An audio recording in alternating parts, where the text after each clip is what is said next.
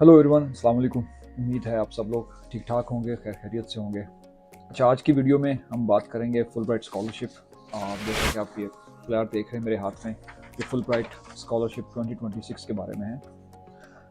पाकिस्तान में full bright scholarship जो है उसको United states education foundation Pakistan वो हैंडल करते हैं। उनके इदारे जो हैं वो कराची, इस्लामाबाद, लाहौर और पाकिस्तान के इस तरह मुख्तलिफ बड़े सिटीज़ में वाक़ हैं। तो हर साल वो उसको एडवर्टाइज़ करते हैं, इसको मैनेज करते हैं। उसके सारे जो प्रोसेस हैं, फुल ब्राइट स्कॉलरशिप के अलावा भी यूएस की तरफ से जितनी फंडिंग मिलती है पाकिस्तानी इंडिविजुअल्स को, वही हैंडल मोस्टली जो है वो करते हैं। तो आज की वीडियो में हम फुल ब्राइट स्कॉलरशिप 2026 के बारे में बात करेंगे।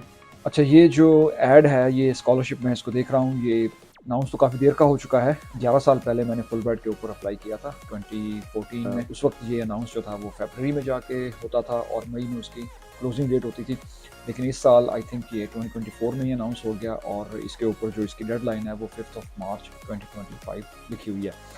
अब इसके साथ फुल ब्राइट 2026 लिखा हुआ है, वो इसलिए कि अभी तो 2025 है, लेकिन जो बच्चे या जो कैंडिडेट्स इस साल सेलेक्ट होंगे वो 2026 में अमेरिका जाकर अपनी एजुकेशन जो है उसको कंटिन्यू या उसको स्टार्ट कर सकेंगे। थोड़ी सी बात हम कर लेते हैं कि फुल ब्राइट स्कॉलरशिप है क्या। अच्छा, फुल ब्राइट जो है ये एक फ्लैगशिप प्रोग्राम है यूनाइटेड स्टेट्स गवर्नमेंट का different rest of the world countries के साथ, और ये 100 से ज़्यादा आई थिंक कंट्रीज़ को दिया जाता है।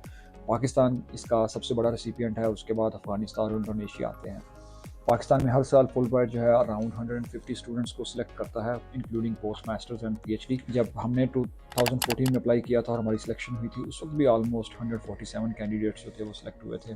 तो उसमें 25 के करीब पीएचडीज थे। आई थिंक पीएचडीज का जो रेशो है वो हमेशा से यही रहा है, शायद उसके बाद बढ़ा भी, क्योंकि रिसेंटली जो मैंने पढ़ा है, बल्कि इसके एक आधे इन्फॉर्मेशन को मैं स्कैन थ्रू कर रहा था, तो उसमें मुझे पता चला कि हायर एजुकेशन कमीशन जो पाकिस्तान का इदारा है, हैंडल करता है हायर एजुकेशन को, यूनिवर्सिटीज़ को, वो भी फुल ब्राइट के साथ अब कोलैबोरेट करता है and they also fund almost 25 PhDs.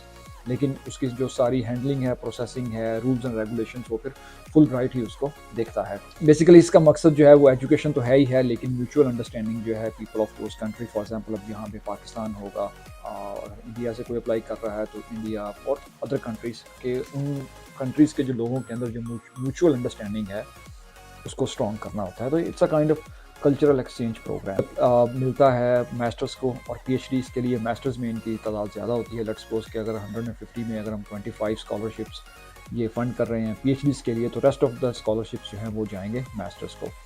और इसके लिए एलिजिबिलिटी बस यही है कि अगर आप मास्टर्स के लिए अप्लाई कर रहे हैं तो आपके पास 16 ईयर्स एजुकेशन होनी चाहिए, और अगर आप पीएचडी के लिए अप्लाई कर रहे हैं तो आपके पास 18 ईयर्स एजुकेशन होनी चाहिए, और साथ में आपके पास रिसर्च का एक्सपीरियंस और बैकग्राउंड होना चाहिए। अगर आपके पास पब्लिकेशंस हैं, अगर आप आर्टिकल्स लिखते हैं या इस तरह की कोई और रिसर्च से रिलेटेड एक्टिविटीज़ हैं, इंटेलेक्चुअल एक्टिविटीज़ हैं, तो वो आपके लिए एक बेस्ट चीज़ साबित हो सकती है। आजकल इसकी जो एप्लीकेशन प्रोसेस है वो बिल्कुल ऑनलाइन है। अभी मैं इसका लिंक भी शेयर कर दूंगा, स्क्रीन के ऊपर वो भी आ रहा होगा, आप जाके इस लिंक के ऊपर देख सकते हैं और ऑनलाइन ही अप्लाई कर सकते हैं। That is good thing. हमारे दौर में आज से 10 साल 11 साल पहले ये पेपर बेस्ड प्रोसेस था कि जिसमें paper based application Microsoft word में होती थी, कंप्यूटर में हम उसको फिल करते थे, but it can be hectic. अब यहाँ भी ये होगा कि एक ऑनलाइन प्रोसेस होगा, बॉक्सेस बने होंगे, आपने अपने आंसर्स, आपने अपनी डिटेल उसमें ऐड कर देनी है और आपकी एप्लीकेशन जो है वो कंप्लीट होती चली जाएगी। अच्छा, थोड़ी सी बात करते हैं हम एलिजिबिलिटी के बारे में। अब एलिजिबल कौन है? सबसे पहले तो जो पाकिस्तानी सिटीजन हैं या जो citizen of Azad Jammu and Kashmir, वो इसके लिए एलिजिबल हैं, और तमाम फील्ड्स एक्सेप्ट क्लिनिकल मेडिसिन वो उसके लिए एलिजिबल हैं। लेकिन इनके कुछ हॉट एरियाज़ हैं जिस तरह के water, energy, agriculture, data science, climate change, ये इस तरह के चंद एक फील्ड्स हैं।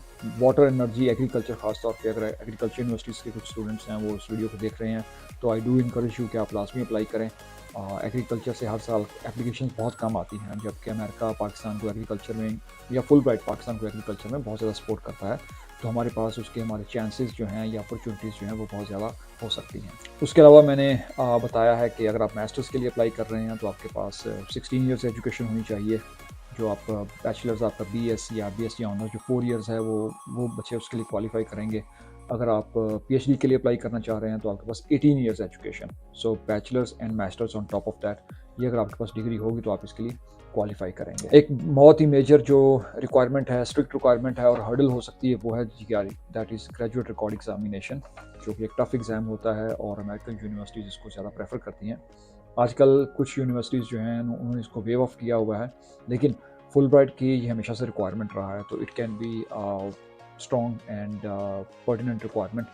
लेकिन अगर आप फुल ब्राइट के ऊपर अप्लाई करना चाह रहे हैं तो आपको जीआरई जो है वो लाजमी चाहिए होगा, तो थिंक अबाउट इट। और टॉफल की रिक्वायरमेंट होती है but from the selected candidates. तो जब आप एप्लीकेशन सबमिट करवाएंगे या एप्लीकेशन सबमिशन के टाइम के वक्त आपको सिर्फ जीआरई चाहिए, टॉफल नहीं चाहिए, तो that's a good thing. But if you are selected then they will ask you कि आप टॉफल के लिए रजिस्ट्रेशन करवाएं और टॉफल जो है उसको अटैम्प्ट करें, तो दैट्स अ रिक्वायरमेंट। बट लेकिन ये एक सेकेंडरी रिक्वायरमेंट हो। लास्ट जो इसका पॉइंट है वो ये है कि एप्लीकेशन जो कि वो एप्लीकेंट्स जो कि मैरिड हैं, तो they should be ready actually, अगर वो सिलेक्ट हो जाते हैं, कि दे शुड बी प्रिपेयर्ड कि विदाउट अकाउंटनिंग देयर डिपेंडेंट्स, लाइक उनकी अपनी वाइफ है या बच्चे हैं, तो उनके बगैर भी उनको रेडी रहना चाहिए कि वो प्रिपेयर हों कि उनके बगैर भी अगर उनको डिग्री मुकम्मल करनी पड़े तो वो कर सकें। हमारे दौर में भी ये चीज़ थी, और लेकिन अगर आप क्वालिफाई करते हैं, आप मैरिड हैं, आपके बच्चे भी हैं, तो आपको अपना फाइनेंशियल स्टेटस जो है वो शो करना पड़ेगा, ताकि फिर यूनिवर्सिटी जो है, या फुल ब्राइट खास तौर पे, नॉट यूनिवर्सिटी, फुल ब्राइट जो है वो उनके लिए जो वीज़ा स्पॉन्सरशिप डॉक्यूमेंट्स होते हैं, जो कि J1 J2 वीज़ा के लिए रिक्वायर होते हैं, वो उनको इशू कर सके। लास्ट बट नॉट लीस्ट, जो एप्लीकेंट्स हैं फ्रॉम माइनॉरिटीज़, रिमोट एरियाज़, वो, और या स्पेशल जो चिल्ड्रन होते हैं, जिस तरह के मतलब कि अगर आप ब्लाइंड हैं या आपका मतलब कि जो फिज़िकली या मेंटली मतलब जो चैलेंज हो सकता है, उनको हमेशा से हाईली इनकरेज किया जाता है कि वो फुल ब्राइट के ऊपर लाजमी अप्लाई करें। हमारे साथ भी ऐसे कुछ कैंडिडेट्स थे और वो बिल्कुल सिलेक्टेड थे, लेकिन उनका ताल्लुक जो था वो ऑलरेडी एकेडेमिया या रिसर्च के साथ था, तो ये चीज़ आप मद्देनज़र रख सकते हैं। दूसरा ये कि मैंने बात की कि रिमोट एरियाज़ के ये लाजमी नहीं है कि वो फाटा या साउथ पंजाब से मतलब के हों।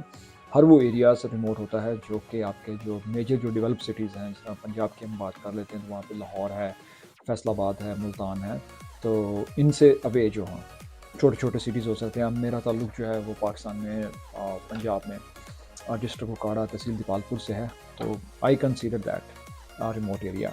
अभी शायद वो ना हो, लेकिन उस वक्त में था। कोई अच्छे एजुकेशन इंस्टीट्यूट्स नहीं थे उस वक्त जब हमने एफएससी की या बैचलर्स किया या मास्टर्स किया, लेकिन अभी वहाँ पे काफ़ी प्राइवेट यूनिवर्सिटीज़ बन चुकी हैं और काफ़ी अच्छे जो टेक्निकल या एजुकेशनल इदारे जो हैं वो इस्टेब्लिश हो चुके हैं। लेकिन अगर आपका ताल्लुक इन बड़े मेजर सिटीज़ से नहीं है और आप एक छोटे सिटी से, अंदरून सिंध है या सदर्न पंजाब है, बलूचिस्तान, फाटा और केपीके के या पाकिस्तान में जो नॉर्दर्न एरियाज़ हैं वहाँ से बिलोंग करते हैं, और आपको लाजमी अप्लाई करना चाहिए, दे हाईली इनकरेज यू। उसके साथ साथ जो फीमेल कैंडिडेट्स हैं उनको भी हाईली इनकरेज किया जाता है, क्योंकि यूएस फीमेल जो एजुकेशन है उसमें भी काफ़ी सपोर्ट करता है। तो if you are a female and you are from these programs और दीज एरियाज़, तो आपको लाजमी उसमें अप्लाई करना चाहिए। बाकी आपको एप्लीकेशन जो है वो खुद से तैयार करनी चाहिए, इसके ऊपर मैं शुरू से ज़ोर देता हूँ, और जल्द से जल्द आपको इसकी एप्लीकेशन देखनी चाहिए। फुल ब्राइट एक बहुत ही कम्पेटिटिव प्रोग्राम है।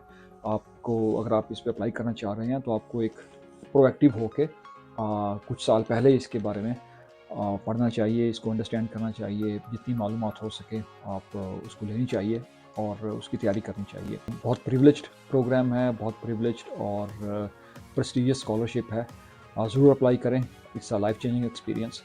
मेरी आने वाली वीडियोस में मैं इसी चीज़ के ऊपर बात करूँगा कि how Fulbright has transform me over the years और after coming to the US. इसके अलावा पहले बेसिक जो एजुकेशन या बेसिक इन्फॉर्मेशन अबाउट फुलब्राइट, उसके बारे में मेरी काफ़ी वीडियोस हैं मेरे यूट्यूब चैनल पे, आप उनको भी देख सकते हैं। और लेटेस्ट इन्फॉर्मेशन जो है वो आज मैंने इस वीडियो में दे दी है। बाकी ये फ्लायर जो है ये इसका लिंक भी मैं आपके साथ शेयर कर दूंगा। USCFP जो इसका इदारा है वो मुकम्मल अथॉरिटी रखता है इसके ऊपर।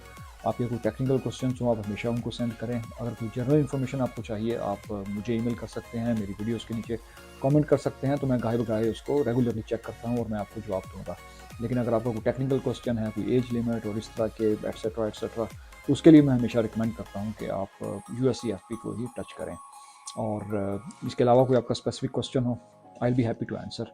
सो stay tune and see you soon.